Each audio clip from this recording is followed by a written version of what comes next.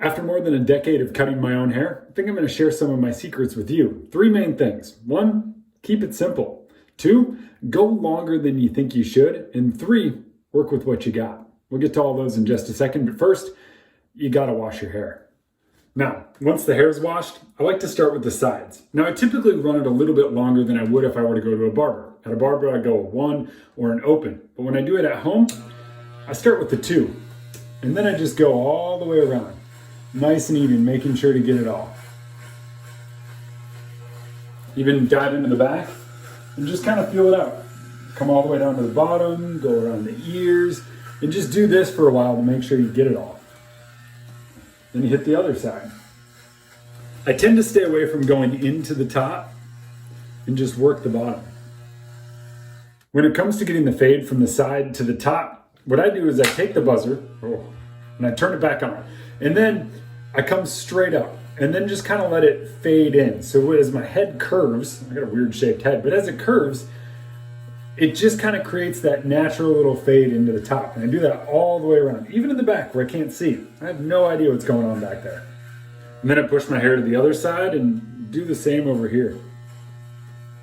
And then eventually come around to the back and I take it even higher all the way up in the back, still doing that same thing, kind of blending it up. By now you should have a decent start and something that looks somewhat uniform all the way around on both sides. Now for the fun part, we're going to work with scissors. So I part my hair on the right side of my head and go over to the left. That's because I have a nasty colic right there. You got to work with what you got. I'm not going to try anything fancy. I'm not going to try to get rid of it. I'm just going to work with it. So I part it the same way it wants to go. Then I take this. See all this stuff right here? How it's just a little bit longer? And I come at it with the scissors and I just kind of like to trim it up a little. See how it kind of sticks out? I just kind of take off the big stick out parts. And then sometimes I even like to lean over, use gravity on my side a little bit, comb it out, and just kind of clip it off. Nice and smooth, and just kind of even it all out. Once that side's done, I'll just comb everything over the other way. Oh yeah. That's the good looking stuff. And see how all this mess is right here and you get some really long stuff right next to some really short stuff? I'll just kind of lean over once again and then take the scissors and just kind of go in and go, oh yeah, that stuff's got to go. And just kind of even it out. Just a nice smooth blend from this up into the top. Now comes the real fun, the back. Still, no one's going to see it. Remember, we're all in quarantine, so you really shouldn't be outside of the house anyway. What I typically do is once again, comb it all over to the side. And then I kind of look in the mirror and I go, lean in, have a little gravity help, and go, oh yeah, that's a long chunk right there. Oh, that's a long one right there too. Ooh. And I just kind of get rid of the big long ones that just kind of stick out a little bit too far.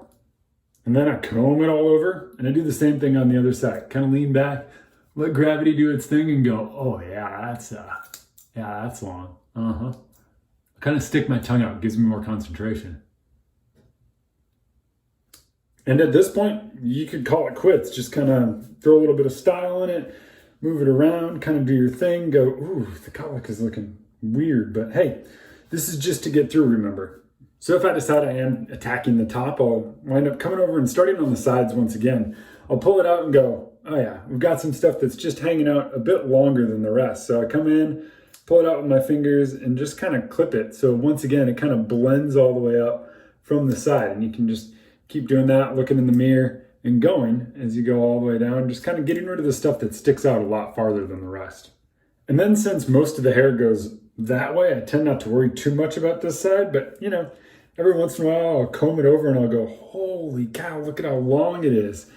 And then I go, all right, leave it up top and then kind of come back in with all of this stuff that's just kind of there. And I'll just, once again, go through and just kind of clean it up here. Just kind of get rid of the long ones and blend it in until all of this kind of looks good. Now, remember the long mess of hair when it's all combed that way, how it kind of looks like a ski jump? In the past, I've tried going, all right, let's just even it out and gone all the way down with the scissors. Not my best move. What it turns out is much better is to find the sides and see how, once again, you can kind of pull it all up and kind of find out where it's longer and shorter. I kind of tend to just blend it up to the top and just come in and all the way down. Just take these big long chunks, cut them off, and blend them up into the top.